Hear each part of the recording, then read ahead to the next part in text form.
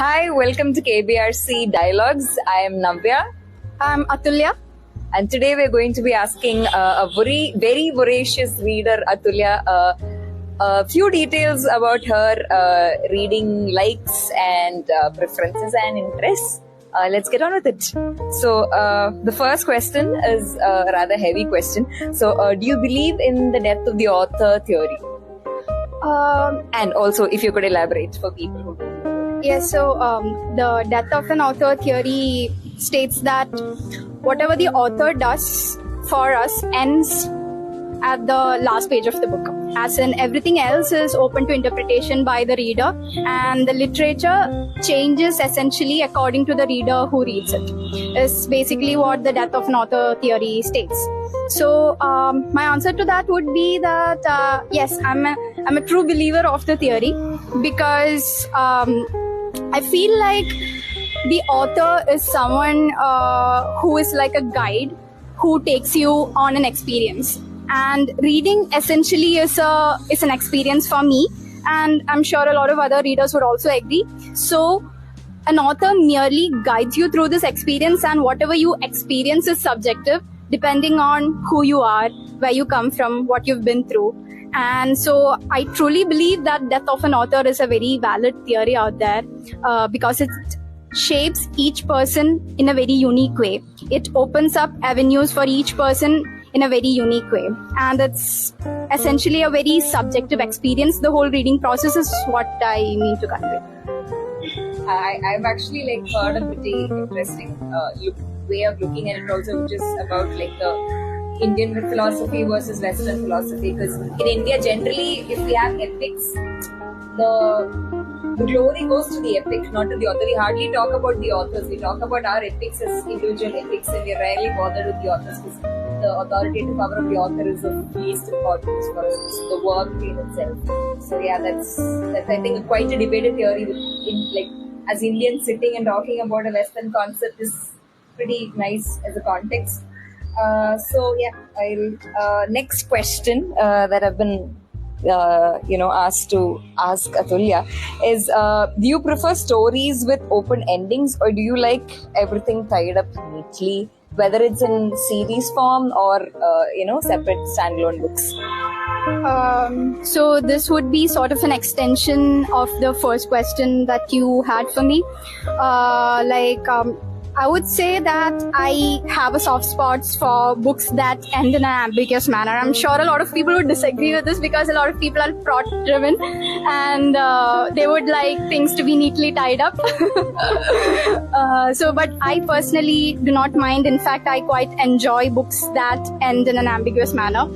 And it's in line with the death of an author theory, where I would talk about this book that I read recently. It's called The Bee Sting by Paul Murray. It was longlisted. It was shortlisted for the Booker Prize last year. So it's a multi-POV book, and it tells a story of 4 family members: a mom, dad, a teenage daughter, and then a 10-year-old son. So throughout the book, it's like a 800 page book or something, but throughout the book you travel with these characters and get to know them at a very personal, atomic level, and you start rooting for each character by the end of the book. But the person you root for is a very subjective thing. The author has not clearly mentioned or intended for us to root for a particular person, but who you root for is essentially part of who you are as a reader, and what you would feel like when you are subjected to their life. So this Bee Sting is a book that ends in a very ambiguous manner. I'm sure a lot of readers would absolutely hate the book for it, because it just ends very abruptly at a very particular scene. But I think it's the best way the book could have been wrapped up, because of the multi-POV perspective, where you can interpret the ending in any way depending on who you have been rooting for throughout the book. So yeah, I found it a very interactive book. I would say in that way. I like the experience of reading the book because I could choose what the characters told me, essentially, rather than the author pinpointing at what the characters were talking about.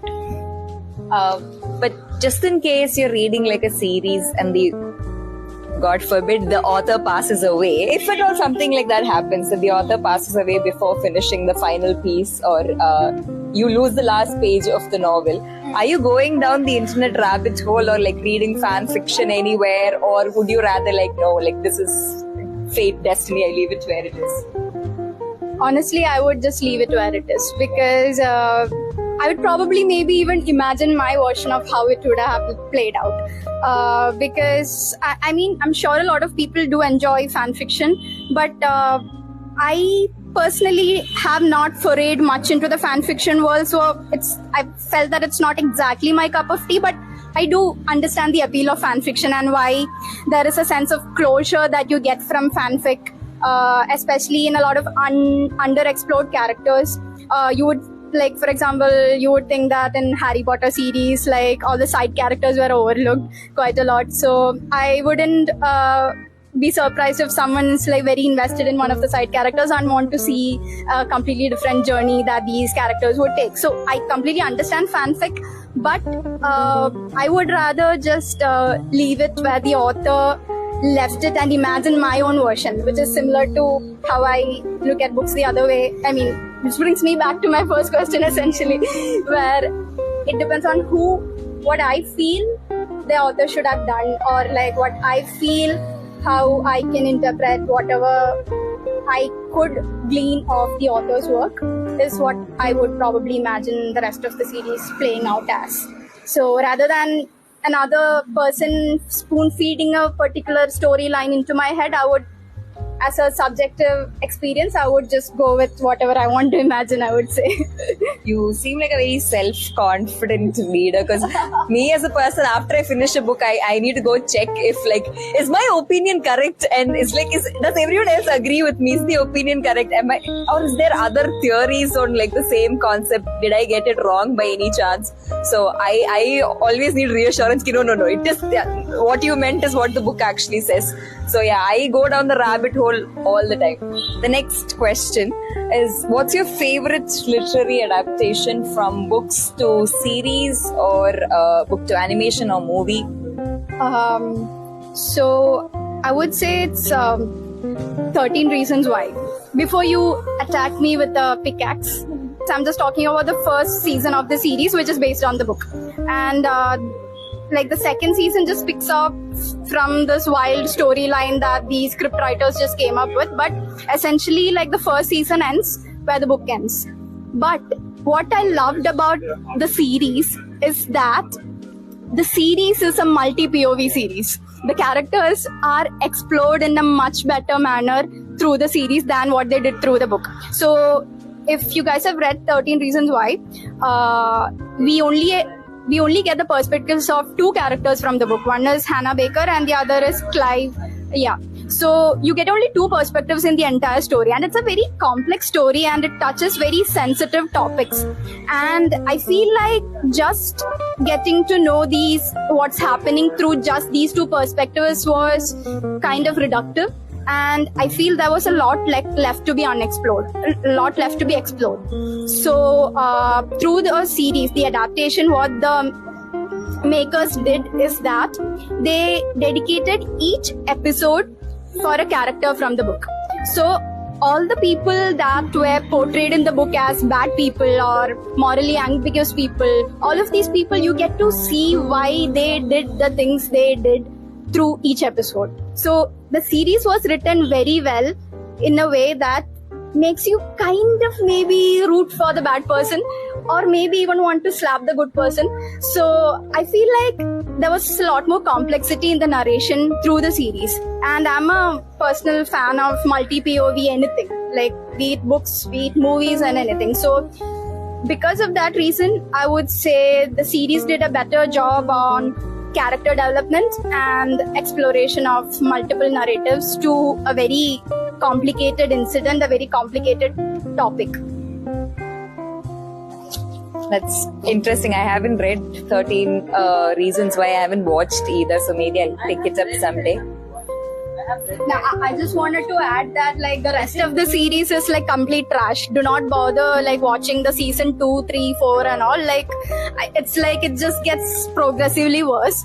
I'm just talking about the first season. Final question that we'll be ending the session with is what is your take on morally grey characters, morally ambiguous characters? Are you a fan? Do you root for them? Do you prefer having them do you feel like they add more to the plot, make it interesting more? Sometimes they add more humor and darkness, which is more interesting than the straightforward, straight-laced good person. So, what is your opinion on this? Yes. We'll come back to this rant. I feel like that's a bit unsaid over here. So I love grey characters, like, because they bring flavor to the story, they bring color to the story, and I feel like we are all grey characters in our own lives. I feel we are not white or black people just doing good things or bad things. We just do things believing that what we do are good or bad. And so I feel like grey characters are essentially a reflection of, like, a closer reflection of how human life is and how the human condition is. And that's what they should be capturing in literature, not the knight in shining armor who is always valorous and doing these very good deeds and saving the damsels in distress and all of these things. I mean, I do get the appeal of all of that, but still I feel grey characters are more rooted in reality and closer to what we experience in everyday life. So yes, and and not just grey characters. I would like to talk about this very what do you call it, dark bad character, this black character in this shade color scale, if you're talking about. So there's this book that I recently read called I'm a Fan. A Fan essentially narrates a story of a completely messed up person. So they're not trying to glorify anything she does. Like, any rational human being who reads the story knows that this person is completely unhinged, and every single decision this woman makes in her life is so chaotic and crazy that, like, you would just want to get into the book and shake this person and bring her to her senses. So I wouldn't say she's a grey character. She is like a very crazy, clearly a person requiring a couple of years of therapy, but essential therapy.